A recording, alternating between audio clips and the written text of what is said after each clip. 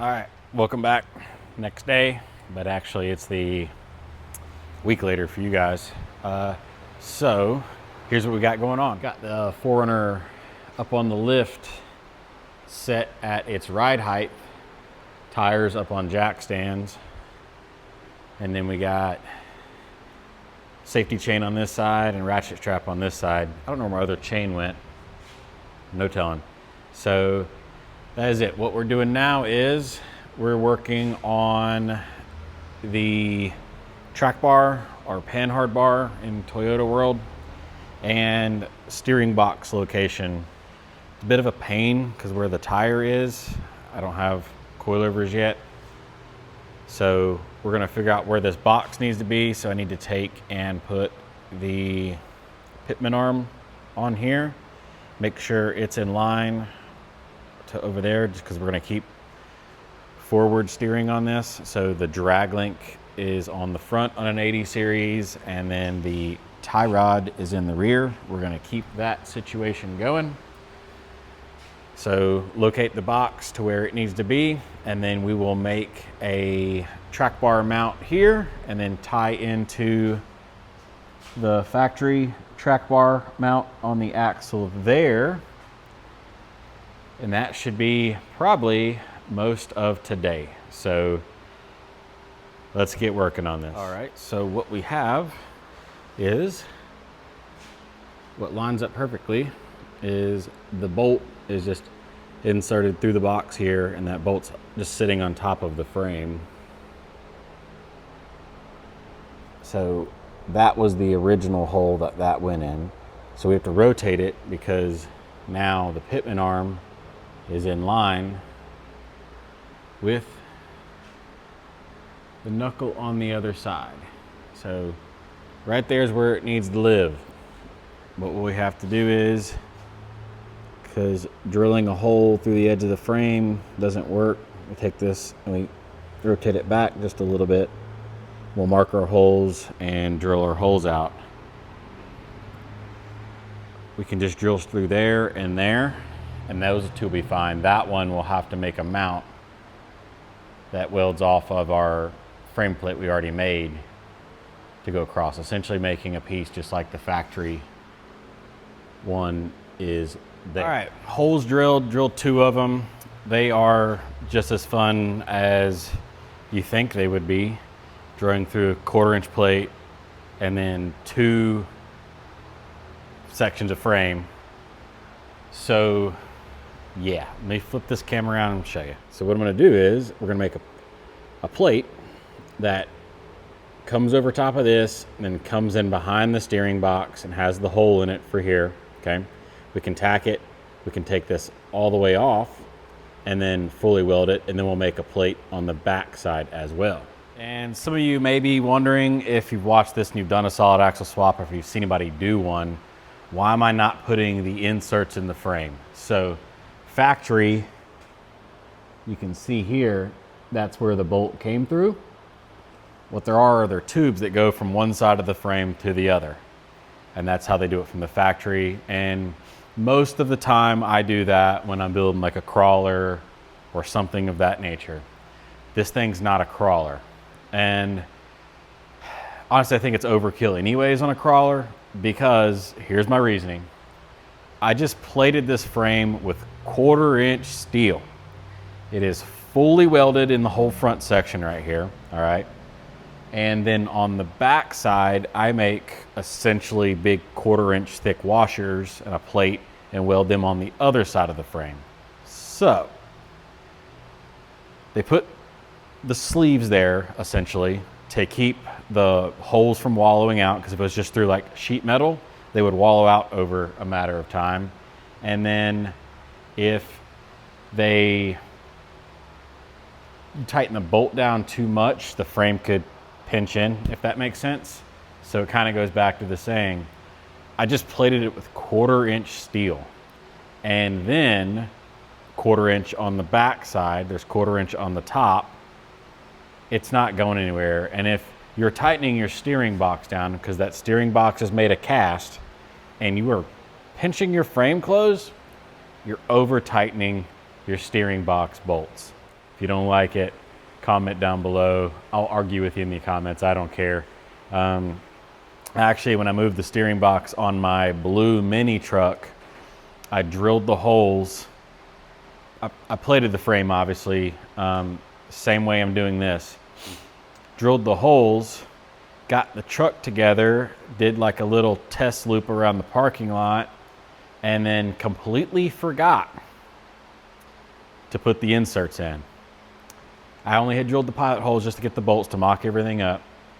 I drove it that way for years and did not realize I had done that because I completely forgot until one of the steering lines for the box blew out, and then the fitting broke off on me for the hydro assist. So I had to take the box back out and retap it to the next size up when I realized I did that. And I didn't even have any plates on the back side of it. I fixed that before I put it back together, but I drove it for years that way, and the frame was perfectly fine. So again, you can overbuild it. We can spend an hour and a half, 2 hours doing that, or we move on, because I just plated the frame again with 1/4 inch steel, and then I'm also putting a plate on the back side. So yeah, if you don't like it, I don't care, it's mine. If you want me to do a solid axle swap and you want that done, then I will do it for you gladly. But for me, I personally don't see the need for it, especially for this truck. And again, that blue truck, if you've seen videos of that thing online, it's been thrashed, and again, it was perfectly fine. So let's draw some plate up right here, and then I'll be back when it's all like set in place and bolted together before I weld. So give me like an hour. And back from lunch, made quick little tab, got it really welded and tacked there. We're gonna take the box off once this cools down, and then made one on the back side as well. I don't know if you can see it. See if the light will work out. No, can't really tell, but there's a tab that's tack welded on the back as well there. All right, so got that welded in, ground down, ground all my areas up. We'll paint that black, and then cut a tube. Man, you can't see it at all. There it goes. I cut a tube real quick and have it welded between that plate and that plate. Don't mind the little pinhole right there. Who cares? For what it's doing, it's working fine. Paint this up with some Steel-It. We'll bolt the box down, and the box should not have to come off ever again. So again, like normal, be back when I'm done. Box is bolted all in. Arm is tightened. Got it marked. And I spent about 5 minutes centering this axle up. And how I did that was needed 2 points on the axle on opposite sides. So I thought about going from the welds right here, but they're kind of inconsistent. But these arms are very centered.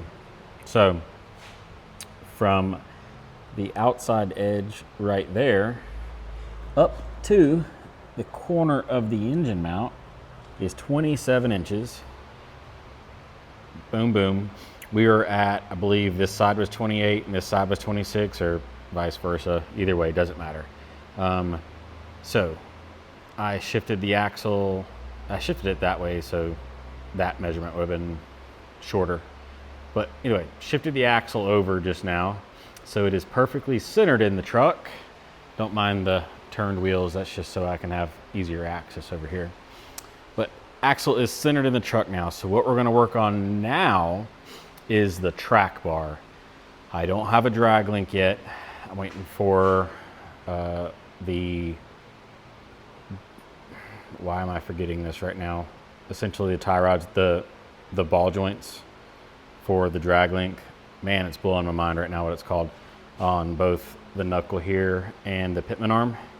Waiting on those to get here, and then I also have to get a custom drag link made. Bud Built's gonna help me out with that because they already made me a beefy tie rod. So Got to call Chip over at Bud Built. He can make me a custom one for the custom length I need, but I need those ends here first. And instead of just twiddling my thumbs, we are going to make the track bar or panhard bar in the Toyota world. And this thing is sat at ride height right now. Oh, sat at ride height right now, even though it's on a lift. You want, in the perfect world, your drag link and the track bar to be on the same plane. Now they don't have to be right behind each other, like so this is the track bar and this is the drag link. They don't have to be perfectly behind each other. They can be offset with each other as long as they are in the same angle, same plane. But since this is bolting on top and that is where the track bar will be, they need to be perfectly behind each other or as close as we can get. And what that does is it kind of helps eliminate the bump steer that could potentially happen. I don't think this is going to happen, but we will make that as close as we can. So what I'm going to do is I'm going to run a piece of tape from the top of the pitman arm here all the way down to the knuckle over here, and then from there we can backwards design our track bar mount off the frame here. So let me get that situated and get that whole process thought out and probably a little cardboard aided drafting going, and then we'll start that, and then I might end the video because I think the video is pretty long, but you'll get to see the beginning parts of that, and then the next video will be making the track bar mount. So Jill's helping me out. That right there is the drag link. It actually goes on the bottom. The ball joint goes up, or the tie rod end goes up to there, all the way over. And then track bar goes there. It comes across.